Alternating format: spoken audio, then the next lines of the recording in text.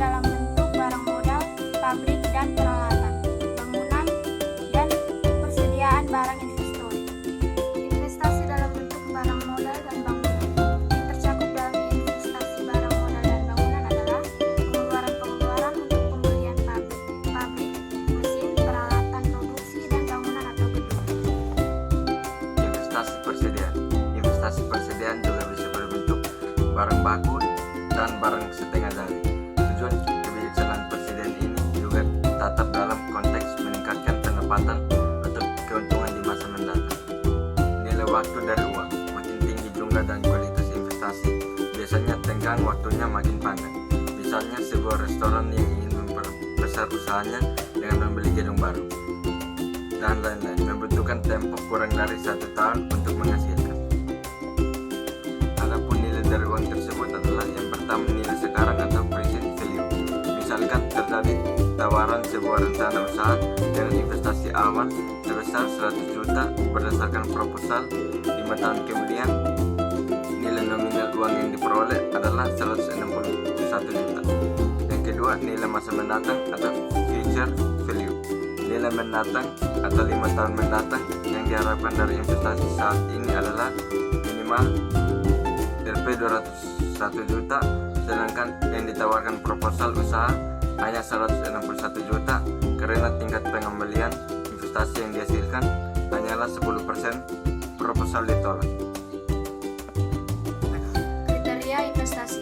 Ada beberapa alat bantu atau kriteria-kriteria tertentu untuk memutuskan diterima atau ditolaknya rencana investasi. Hal tersebut disebut investment kriteria. Minimal ada 4 kriteria investasi yang digunakan dalam praktik, yaitu yang pertama payback period atau periode pulang pokok. Adalah waktu yang dibutuhkan agar investasi yang direncanakan dapat dikembalikan atau waktu yang digunakan untuk mencapai titik impas.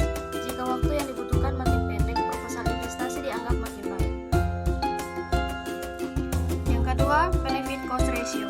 Mengukur mana yang lebih besar antara biaya yang dikeluarkan dengan hasil yang diperoleh. Yang berikut, net present value, merupakan selisih nilai sekarang dari biaya total dengan penerimaan total bersih. Suatu proposal investasi akan diterima jika NPV lebih besar 0. Yang berikut, internal rate of return atau IRR, adalah nilai tingkat pengembalian investasi dihitung pada saat NPV sama dengan 0. Jika saat NPV sama dengan 0, nilai IRR sama dengan 12%. Faktor-faktor yang mempengaruhi tingkat investasi. Yang pertama, tingkat pengembalian yang diharapkan. Kemampuan perusahaan menentukan tingkat investasi yang diharapkan dipengaruhi oleh 2 faktor, antara lain yang pertama, kondisi internal perusahaan, yang kedua, kondisi eksternal perusahaan. Biaya investasi.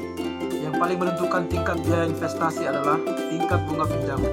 Makin tinggi tingkat bunganya, maka biaya investasi makin mahal.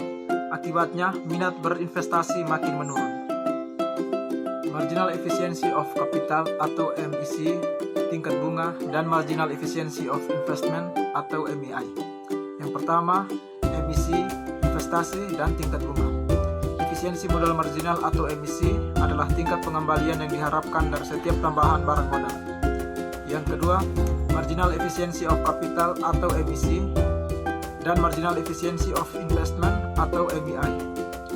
MEC akan sama besar dengan MEI pada tingkat bunga tertentu, di mana pengembalian barang modal hanya untuk menggantikan barang modal sudah tidak dapat dipakai lagi.